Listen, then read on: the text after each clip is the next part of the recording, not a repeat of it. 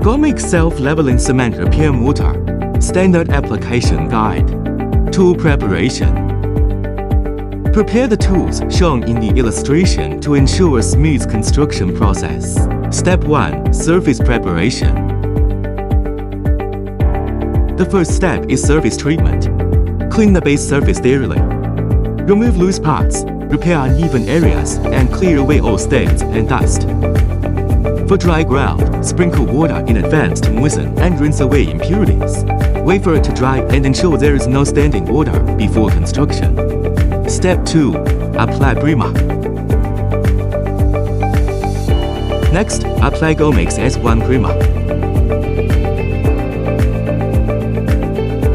Use a roller to apply the primer evenly into coats. Ensure no spots are missed in the application area. Let dry for 1 to 4 hours at room temperature.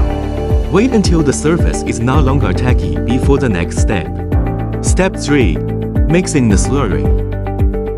Next, prepare the repair mortar. For each 20 kilograms bag of powder, add water at a ratio of 17% to 19%. Add water first. Then add GoMix SL10 repair mortar powder. Then stir for 30 seconds until the mortar becomes smooth and uniform. Step 4. Paving and application. Pour the slurry into the cracks.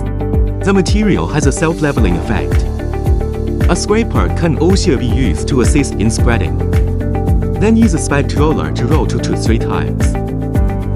Eliminate air bubbles and assist in leveling. Step 5. Curing and completion. After construction, cure for 24 hours at room temperature, ready for foot traffic and vehicles. Using this product avoids the need for demolition and reconstruction, enables rapid repair, and is compatible with various old base layers, suitable for roads, shops, garages, and various other locations.